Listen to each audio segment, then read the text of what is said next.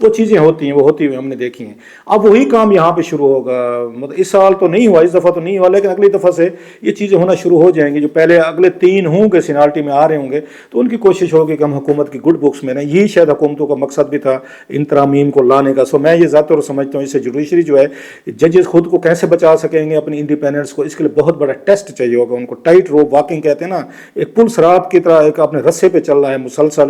کتنے ججز چل سکتے ہیں, نہیں چل سکتے. ایک ٹیمپٹیشن ہوتی ہے, ایک لابینگ ہوتی ہے, وہ تو ہم دیکھ چکے ہیں کہ اس میں جسٹس منصور علی شاہ صاحب اگر نہ کرتے اس لیول پر, اگر اپنا کو انسیکیور فیل نہ کرتے, تو شاید آج وہ چیف جسٹس ہوتے. اور پھر ہمیں لگا کہ شاید کہیں نہ کہیں پہ ایک بڑی اسٹرانگ قسم کی گروپنگ اور ایک ڈویژن ہے یہ ود ان جوڈیشری کے پہلے سے بھی موجود تھی. یہ نہیں تھے. افتخار چودھری صاحب کے بعد ہم نے دیکھا ہے جو بھی چیف جسٹس آئے تو یہ بینچ کے درمیان, ججز کے درمیان ایک بہت بڑی ڈویژن رہی ہے. اسی وجہ سے وہ 3 کا یہ بینچ بنا کے فل کورٹ نہیں بناتے تھے. بہت سارے چیف جسٹس نہیں بناتے تھے, فل کورٹ سے ڈرتے تھے کہ جناب کہ اس کا چیف جسٹس کی جو اپنا ایک مزاج ہے یا ان کا اپنا ایک ایجنڈا, یہ شاید اس میں سخت والز اس میں لفظ ہوتا ہے. بہرحال تھا, انہوں نے نہیں کروایا, فل کورٹ نہیں کروایا. فل کورٹ اگر آ کے ابھی بھی کروائے تو وہ چیف جسٹس انہوں نے یہ قاضی فیض عیسیٰ صاحب نے کرائے, یہ خوفزدہ نہیں ہوئے. اور فیصلہ ان کے خلاف بھی آئے ہیں جو ان کی رائے تھی, اوپینین تھی. یہی والا دیکھ رہے ہیں 12 جولائی والا فیصلہ, تو مینالٹی میں گئے ہیں چیف جسٹس, لیکن وہ نہیں ڈرے, انہوں نے کرائے یہ چیزیں. یہ کریڈٹ ان کو قاضی صاحب کو ان کو جاتا ہے. لیکن جو اصل چیز ان سیکورٹی میرا خیال آئی ہے وہ ان کے رہی ہے جب یہ خبریں آنا شروع ہوئی ہیں کہ جناب کہ ہم حکومت کوئی اس میں وہ لا رہی ہے, بل آ رہی ہے جس کے تحت وہ شاید قاضی فیض عیسیٰ صاحب کو ایکسٹینشن دینا چاہتے ہیں, اور قاضی فیض عیسیٰ صاحب جو ہیں ان کو 3 سال دیں گے, یا عمر جو ہے وہ 3 سال بڑھا دی جائے گی قاضی صاحب کی اور باقی لوگوں کی.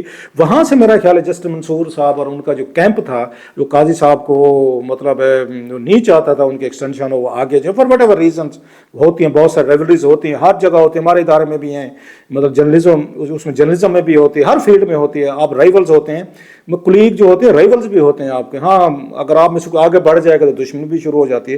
سو انہیں یہ لگا میرا خیال ہے ججز کو کہ جناب قاضی صاحب تو مزید 3 سال ہمارے اوپر بیٹھے اور حکومت ان کو ہمارے اوپر بٹھائے گی, اور ہمارا جو رائٹ ہے کہ ہم نے چیف جسٹس بننا ہے, درمیان میں 2-3 اور بھی ججز تھے, ان کی بھی بارش لگ سکتی تھی. تو انہیں یہ فیل ہوا کہ قاضی صاحب ہمارا راستہ روک رہے ہیں. اور 2/3 کے لیے انہیں یہ تھا کہ حکومت کے پاس جو خواتین کی سیٹیں جو انہوں نے لے لی تھیں یہ پی ٹی آئی کی, کیونکہ پی ٹی آئی نے اپنی کوئی لسٹیں نہیں دی تھیں اور سنی کونسل اتحاد نے بھی اپنی لسٹیں نہیں دی ہوئی تھیں وہاں پر, تو لہٰذا وہ ساری سیٹیں جو تھیں پیپلز پارٹی, نواز لیگ اور جے یو آئی نے آپس میں بانٹ لی تھیں. سو ان کے پاس جو سیٹیں تھیں ان کی بنیاد پر ان کے پاس 2/3 میجارٹی تھی. سو لہٰذا ان کو یہ لگا جسٹس منصور علی شاہ صاحب کو, اگر ہم یہ سیٹیں واپس کر دیتے ہیں, پی ٹی آئی کو دے دیتے ہیں اور ان کے آزاد ارکان کو بھی ادھر ہم شامل کرا دیتے ہیں, تو حکومت کے پاس 2/3 نہیں ہوگی. اور یہ وہ جو چینجز ہیں جو 3 سال کی یا ایج بڑھانے کی یا دیگر کرنا چاہ رہی ہے حکومت جو قاضی صاحب کے ساتھ مل کے, یہ نہیں کر سکیں گے. So here was the catch. یہ وہ ٹرننگ پوائنٹ تھا میرا خیال ہے. قاضی صاحب نے مینوور کیا, کوشش کی کہ میں اپنی اس کو اشور کروں کہ میں ہی چیف جسٹس بنوں, اور قاضی صاحب جو ہیں وہ نہ بن سکے. وہی والی بات کہ مین پرپوزز اینڈ گاڈ ڈسپوزز, ان کی پلاننگ تھی, ان کے ساتھ ساتھ ہی اپنے ججز بھی یہ سوچ رہے تھے, لیکن وہ پلاننگ جو ہے میرا خیال ہے وہ نہیں ہو سکی. پھر بعد میں یہاں تک بھی نہیں رکے, 2 انہوں نے اپنی وہ دی ہیں, وہ چیمبر کی جو انہوں نے ہیئرنگ کی 2 وضاحتیں دی الیکشن کمیشن آف پاکستان کو دیں, جس کو قاضی فیض عیسیٰ صاحب نے اپنے اس میں ڈسینڈنگ نوٹ میں ان کا پوسٹ مارٹم بھی کیا کہ جناب آپ کی تو آپ 8 کے 8 ججز جنہوں نے وہ جاری کی تھی, کلیریفیکیشن تھی, آپ کی تو ملاقات ہی نہیں, آپ تو ملے نہیں ہیں, کہیں کسی ایک چیمبر میں بیٹھے نہیں ہیں, کچھ اسلام آباد میں تھے تو کچھ کراچی میں تھے, تو آپ لوگوں نے کیسے فیصلہ کر لیا؟ اور آپ یہ کلیریفیکیشن ایشو کر ہی نہیں سکتے تھے.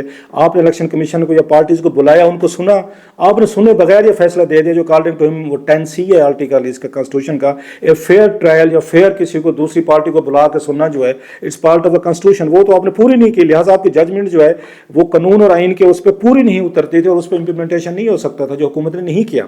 سو جسٹس منصور علی شاہ صاحب نے بھی, میرا یہ خیال ہے ود عزت اور رسپیکٹ کے ساتھ, جیسے میں نے کہا مجھے ان کی پرسنالٹی اچھی لگتی ہے, انہوں نے بھی عمر عطا بندیال صاحب والا کام کیا جو انہوں نے کیا تھا اس وقت پنجاب کی حد تک کیا تھا کہ جناب کہ انہوں نے 20 جو ارکان تھے جو ایم پی سے ان کو روک دیا تھا کہ آپ ووٹ نہیں ڈال سکتے, وہ نہیں روک سکتے تھے 63A کے تحت جو ابھی انہوں نے ریورس کیا ہے.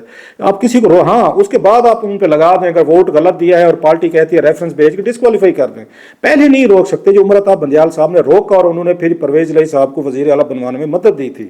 سو وہ اس وقت بھی پتہ چل گیا تھا غیر قانونی کام کر رہے عمر عطا بندیال صاحب, اور حکومت نے پھر ان کے ججمنٹ پہ عمل درآمد نہیں کیا. یہی کام اسی بینچ نے بھی کیا ہے. یہ میں اور آپ نہیں کہہ رہے, قاضی فیض عیسیٰ صاحب اور جسٹس مندوخیل صاحب بھی کہہ رہے ہیں, جنہوں نے ڈسینڈنگ نوٹ دیے اپنے, کہ جناب یہ غلط کیا تھا آپ نے, آپ یہ فیصلہ نہیں دے سکتے تھے, آپ نے آؤٹ آف دا کورٹ اور کانسٹیٹیوشن جا کے فیصلہ دیا ہے خواتین سیٹوں والا, اور آپ نے اپنے ضمیر کے مطابق آپ نے اس کو جسٹیفائی کرنے کی کوشش کی ہے نظریہ ضرورت کے تحت. فیصلے جو کیے جاتے ہیں وہ قانون کے مطابق کیے جاتے ہیں, ضمیر کے مطابق نہیں کیا جاتا. ضمیر جو ہے وہ ضمیر تو ہر بندے کا ڈفرینٹ ہے, آپ کا ڈفرینٹ ہے, میرا ڈفرینٹ ہے, جو میرے کیمرہ مین صاحب کھڑے ہیں ان کا ڈفرینٹ ہے, وہ 25 کروڑ لوگوں کا ڈفرینٹ ضمیر ہے, ہر کوئی اپنے ضمیر پہ فیصلے شروع کر دے گا تو قیاس پھیل جائے گا. لہٰذا قانون بنائے جاتے ہیں کہ قانون کے تحت فیصلہ کرنا ہے.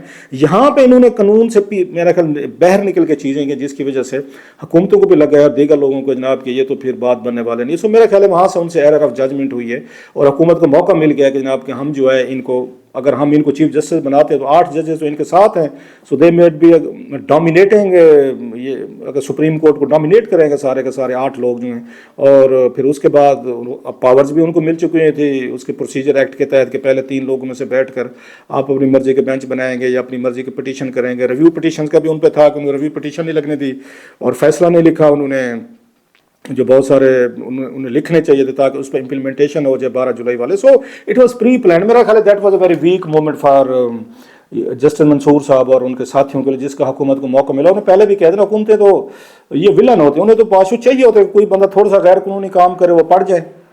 تو اسی کے ساتھ وہی ہوتا ہے کہ جب آپ تھوڑا سا اپلازز میں جاتے ہیں, سوشل میڈیا کی بات ہو رہی تھی تو social media is playing havoc now, اور یوٹیوبرز ہمارے دوست ہیں کچھ, انہوں نے پارٹیاں بانٹ لی ہیں. اب آپ کو بھی پتہ ہے کون سا یوٹیوبر کس کا ہے, کون کس کے حق میں بولتے ہیں, آدھے ادھر سارا دن جوڈیشری کچھ ججز ان کو خبریں دے رہے ہیں, کچھ ان کو دے رہے ہیں. مجھے ذاتی طور پر پتہ ہے کچھ ججز جو ہیں وہ ملتے ہیں, وہ بلاتے ہیں جرنلسٹوں کو, بلاتے ہیں چیمبر میں, بلاتے ہیں یوٹیوبرز کو, بلاتے ہیں, گاسپس ہوتی ہیں, گپیں لگتی ہیں, اور پھر وہاں سے صاف ظاہر ہے آپ کو پتہ ہوتا ہے ایک سافٹ اپروچ آنا شروع ہو جاتی ہے. اور پھر یہ کچھ ہوتا ہے جو ہوا جوڈیشری اب جو ہے وہ محتاج ہو کر رہے گی یوٹیوبرز کی اور سوشل میڈیا کی, کہ سوشل میڈیا پہ ہمیں کون اچھا برا بنا کے پیش کر رہے, کوئی ہماری کوئی کوالٹیز بتا رہا ہے, کوئی ہمارے مخالف کیمپ کا ہے, پھر آپس میں وہ لڑ رہے ہیں ایک دوسرے کا. مطلب ہے ان کی چاندی ہوئی ہے ہمارے یوٹیوبرز کی, ان کے ویوز بھی بن رہے ہیں, ان کے ڈالر بھی بن رہے ہیں, نام بھی بن رہا ہے, اور وہ اپنے آپ کو سمجھتے ہیں ہم ایک بگ گیم میں کھڑے ہیں, ہمارے کہنے پہ نہ کہنے پہ کوئی چیف جسٹس بنے گا, کوئی نہیں بنے گا.